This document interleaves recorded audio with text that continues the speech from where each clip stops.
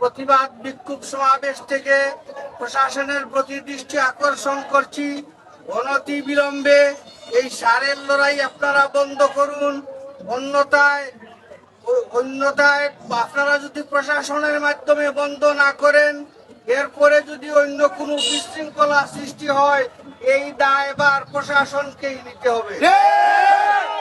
সুতরাং অনতি বিলম্বে আপনারা এই সারের লড়াই, এই অশ্লীল বেহায়াপনা বন্ধ করার উদ্যোগ গ্রহণ করুন।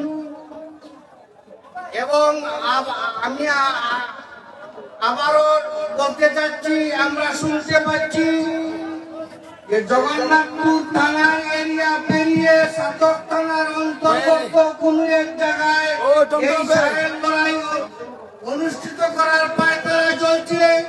আমি পরিষ্কারভাবে বলছি, জগন্নাথপুর উপজেলা যে আল্লাহর দেশ, সাতক উপজেলাও সেই আল্লাহর দেশ। সুতরাং সাতক উপজেলার প্রশাসনের প্রতি আমাদের আকুল আবেদন, এবং আমরা যোগাযোগ রাখছি এবং যোগাযোগ করা হবে। কোনো অবস্থাতেই এই বৃহত্তর রসুলগঞ্জ এরিয়ার ভিতরে সারের লড়াই করতে দেওয়া হবে না।